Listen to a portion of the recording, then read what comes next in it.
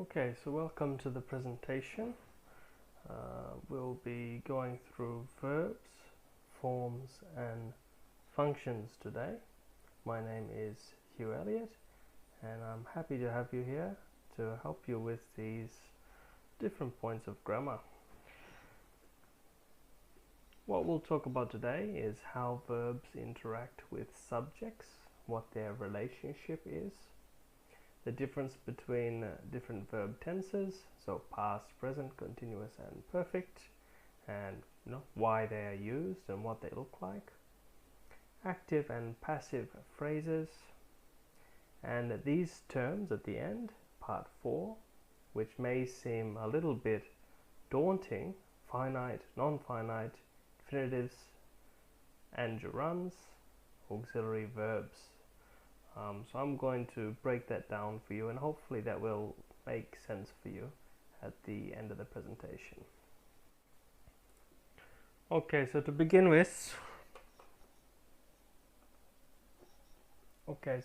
with, English is a subject-verb-object language. Not all languages operate like this. Some have the objects before the verb, some have the verb before the object and the subject. So English is particular in this regard. There are of course other languages that are formed like this, but this is the way English is formed. Okay, so the subject here, subject is John, and John is performing a verb, likes. He's feeling that thing, likes is coming from John and is going towards the object, which is chocolate. So John likes chocolate, and so John likes. What does John like? See, I could have that without the object. What does John like? What does John like? It's a question.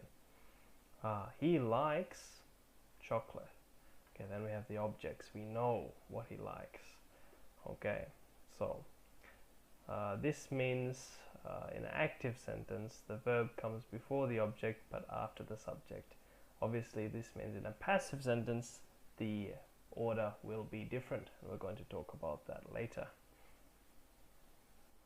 The relationship of the subject and the verb. What is it? So relationship means agreement. This is one way to remember it, that a husband and wife, when they're in a relationship, they have to agree on a lot of things. If they disagree on too many things, perhaps they end up not having such a good relationship. So a relationship means the agreement with the verb and the subject. Often, in this case, it means the suffix s, using the suffix s. Now the suffix s can indicate plural or singular, like glass versus glasses, or pen versus pens, plural and singular. And it can also denote the person, whether it is I who is doing it or someone else. So I usually sing a little song with the primary school kids, which is S is for someone else, which means we can use this suffix s for someone else or some other thing that is singular. Alright, so for example, my desk looks nice. That's some other thing. My desk looks nice. So I put that suffix s on the verb look. Now if I had more than one desk, that wouldn't be one other thing, or something else. That would be many other things or some other things, right? Plural. So then still this is what we call person. These desks look nice. These desks look nice. So that falls under the category of person, because it's the identity of the subject. So let's go through a few of them. John likes apples. So he likes apples. Now it's likes because John is a singular person and he's someone else. He's not you, he's not me, He's not we, he's someone else. John doesn't like apples versus John do like apples. So here the suffix s has been put on the first verb. Yes, here. He doesn't like apples. So we don't have to say doesn't likes, because the suffix s goes on the first verb and the next verb is its basic form. John has some apples versus John have some apples. Now here the suffix s can be found on the word have, to possess. So have and has forms the same rules as verb plus s. Likes, looks, feels, has and have, and does and do, they all follow this same rule, that when you have someone else or something else, singular, we use that suffix s. And when it's plural, then it's plural, or it's it's plural, or it's you, or it's I. So first person or second person, then we don't use this suffix s anymore. Right, next is number. So obviously John and Henry are big fans of apples. Here, fans is plural. John is a big fan of apples. Here, fan is singular. So it must complement, it must agree with the subject. Here, John is the subject, fan is the verb, it must agree with it. John and Henry are the subjects, and there are more than one, so fans must be the verb. Alright, next is tense. John will like apples versus John will likes apples. Okay, so here the tense is future. So even though John is one other person, we don't use the suffix s because it's for future. And it's the same for past. When we move the verb into the past, like he liked apples, ed, yeah, we don't have to use s. So tense also affects how the verb will look compared to the subject. And generally with a simple present tense, that's where you have the suffix s coming in with does, with do, and with the verb. Okay, let's spot the errors. You can pause the video now if you want and try to spot what is wrong with this. Try to correct the sentence and tell me, is it a problem with person, tense, or number? Go ahead. Alright, so hopefully you paused the video and you answered them, and now we're going to go through the answers. Okay, it really don't helps us at all, or it really don't helps at all. It really doesn't help at all. Doesn't, because it, person. John and Henry is my pals. Yeah, John and Henry are two people, so we should not use is, right? John and Henry are my pals. Number. Cats and dogs gets along. Cats and dogs get along. Again, number, because more than one. Yeah, cats and dogs are more than one, right? So we say get along. They get along. She will feeds him more often. Now, because this is future, if it was present, we'll say she feeds him more often. That would be fine. But because it's future, we need to then remove the suffix s. So that's tense. So hopefully you got those right. Now it's for part 2, time tenses, basic, perfect, and continuous. Now, we could spend a lot of time on these time tenses, but most of you who are listening now are native speakers, so you probably get it right away when I explain what they are. Okay, so I am happy is simple present tense. It's to describe now or general present facts like tigers eat meat, pandas sleep under trees. I don't know whether they do or not. I am a happy person, that's a general fact, and so this is simple present tense. I was happy, simple past tense, before now, i.e. a point in the past. I will be happy is simple future tense, so after. After now, so I wrote no, it should be now, after now, or a point in the future. Okay, so there are very basic tenses. We call them simple tenses, and that's the platform that all the other tenses are bought off. So here is a list of, we're going into past, past and past participle. Now past participle is very useful for us, and we'll be talking about using these a lot in this session. But just to begin with, past tense here, the basic one is walk and walked. I like to walk to school. I walked to school yesterday.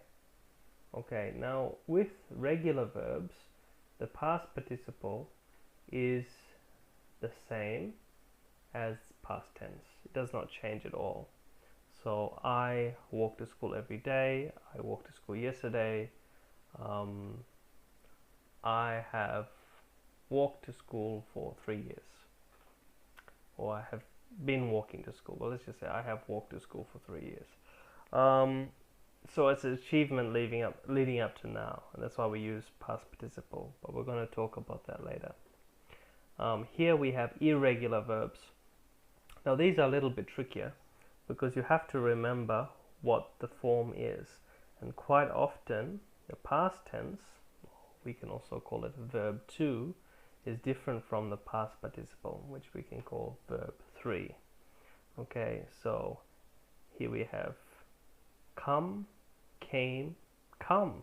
Oh, so here past participle is the same as the simple form. Choose, chose, chosen. All three are different from each other. Okay, so generally you'll be familiar with these because you use them in day-to-day life, but pay attention here to past participle because we will be talking about that quite a bit in this session because it relates to perfect tense, which we're going to talk about later. Okay, continuous or progressive tense. In the UK or the Commonwealth, they use the term continuous tense. In America, they say progressive tense. Either is okay. Progressive, I think, is a nice way to think about it because it's in progress. It's happening. Okay, continuous tends to give us an idea that it's never going to stop, which is a little bit misleading. So progressive is a good way to explain it. I am mowing the lawn. Present continuous. It is happening. I was mowing the lawn. Past continuous. It was happening. I will be mowing the lawn. Future continuous. It will be happening. Okay. These are not continuous tense. I like swimming. This is not continuous tense. I want to start my teaching career. Not continuous tense. I was at the drilling site. Not continuous tense. So these are something else which we will talk about later. But just remember these sentences because they are not functioning like a simple present continuous or simple continuous tense. Okay, perfect tense. An easy way to remember perfect is not by thinking of it as without flaws. Often when we think of the word perfect, it means to be without flaws, or to be without blemishes, or not to need any further progress on it. But here, the basic form of it is just to be completed. So it doesn't have to be perfect, it just has to be done, basically, yeah. So the Latin perfectus means completed. So perfect tense is for something completed, something already done. It doesn't have to be perfect. Yes. I have just finished washing the car. Now, why did I put just here? I'll explain it later.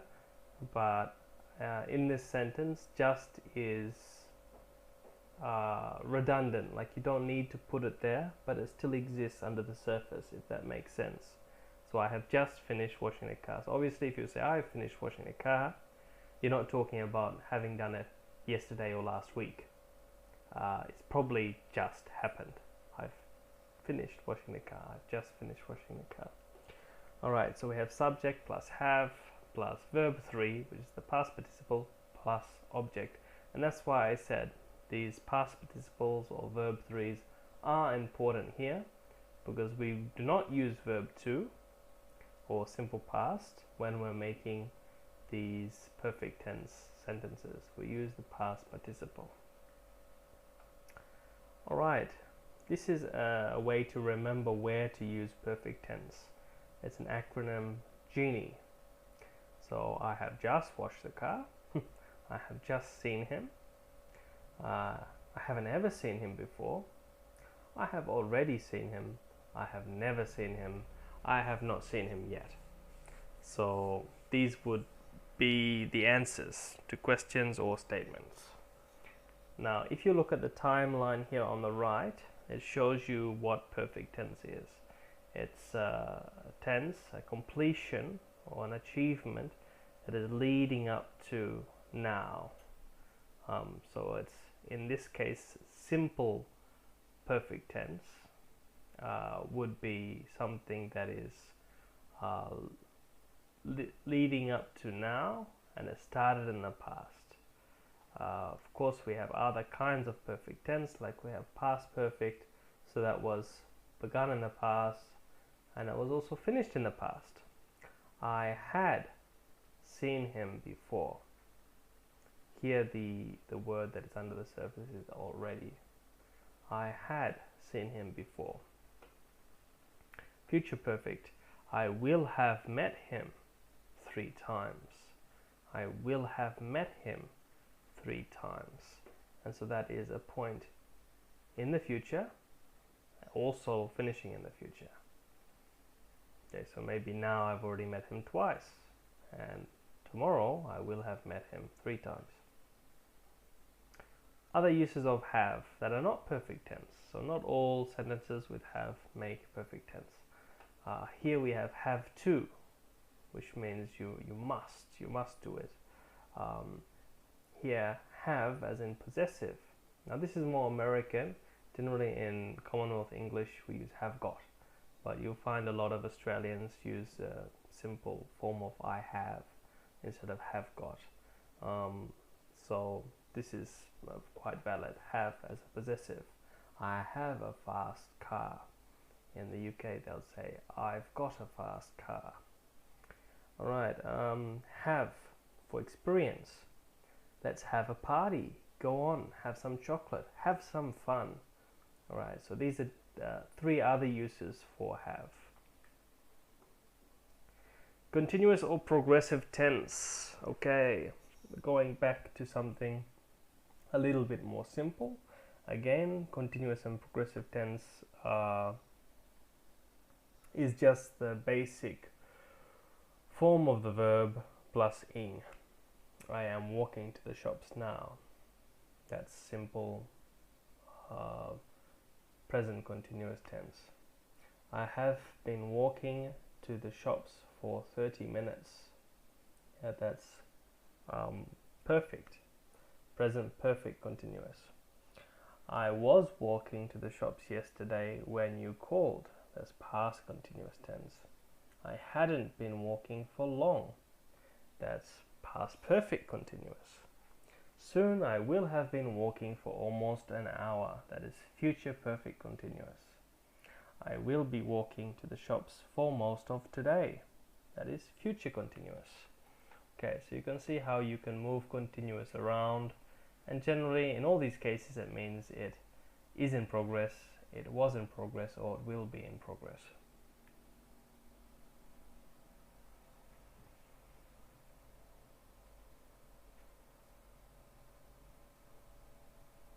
Okay, part 3, active and passive voices. Now this isn't a huge section because it's a fairly simple concept to understand. But basically we talked about word order before: subject verb object. Now in a passive sentence it becomes the opposite way. So the object becomes the focus of the sentence, and the subject becomes more passive. It gets pushed to the back. Alright, John was attacked by 3 dogs.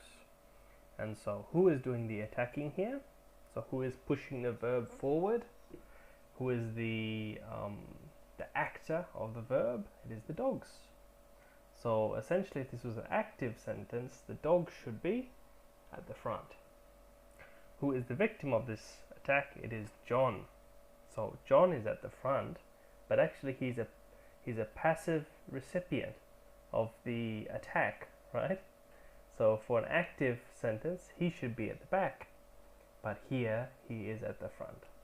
John was attacked by 3 dogs. So here we have object plus to be was, verb 3, which is the past participle attacked, and by 3 dogs, by the subject, 3 dogs. Try to switch these ones around. John kicked the ball. Lucy saw the bets. It scared me. We thought of you. They always spread love. And we never called them again. Now, if you need more time, feel free to pause the video and complete your answers. Okay, so here we have John kicked the ball. The ball was kicked by John. Lucy saw the bats. The bats were seen by Lucy. It scared me. It was scared. I was scared by it. We thought of you. We thought of by us. You were, this should be you were thought of by us. This is a typo from me. They always spread love. Love was spread by them. Or love was always spread by them. We never called them again. They were never called by us again. So you get the idea. So why are we using the passive voice? What's the point? The passive voice is used because we want to place emphasis on the object. So the object becomes the focal point of the sentence. So Mary saw 3 bats. The emphasis is on Mary being the witness. And there's an active sentence. Mary is doing the seeing. Three bats were seen by Mary. There the emphasis is on what Mary saw.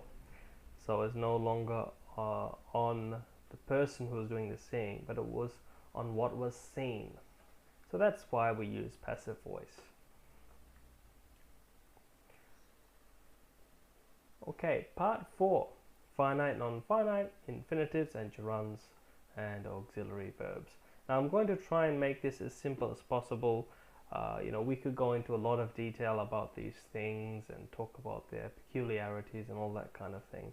But I just want to give you enough information so that you can go on with your course material and you can get a general idea of what's going on here. Alright, gerunds versus infinitives. I like swimming. I like to swim. He has chosen teaching as his career. He doesn't want to teach as a profession. Okay, so you can see in these contexts, they are interchangeable. Now, they're not always interchangeable. A lot of the time, there's some verbs that can only be followed by one or the other. But an easy way to remember them is in this interchangeable fashion. You'll get an idea of their function. And so here you can see if I said I like swimming and I said I like to swim, you wouldn't get any different information. And there's no real different emphasis either. They're basically the same sentence. Okay, so let's go down about infinitives. So they usually use to. So infinitives use to. Remember this because you may get confused between gerunds and infinitives. So infinitives use to. to infinitive and beyond. It's not actually that, right? But that's one way to remember it. They cannot go together with a verb plus ing. So they cannot go together with a gerund. So I like to swimming is incorrect. So I have to stay away from that. We can say I like to swim or I like swimming. They function in the place of nouns. Okay, so they are not nouns, they are verbs, but they function in the place of nouns.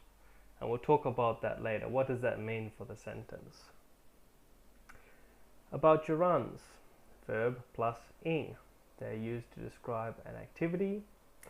It is not continuous or progressive tense. That's the same thing.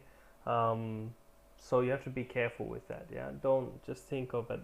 Ing means continuous. It doesn't always mean continuous. So the construction is functioning as a noun, and it can also function as an adjective. For example, the sleeping dragon is red. Here, sleeping is the type of dragon it is. The sleeping dragon. The fast car. The sleeping dragon. You can see it has a similar function there. Alright. They are non-finite. Okay, what does non-finite mean?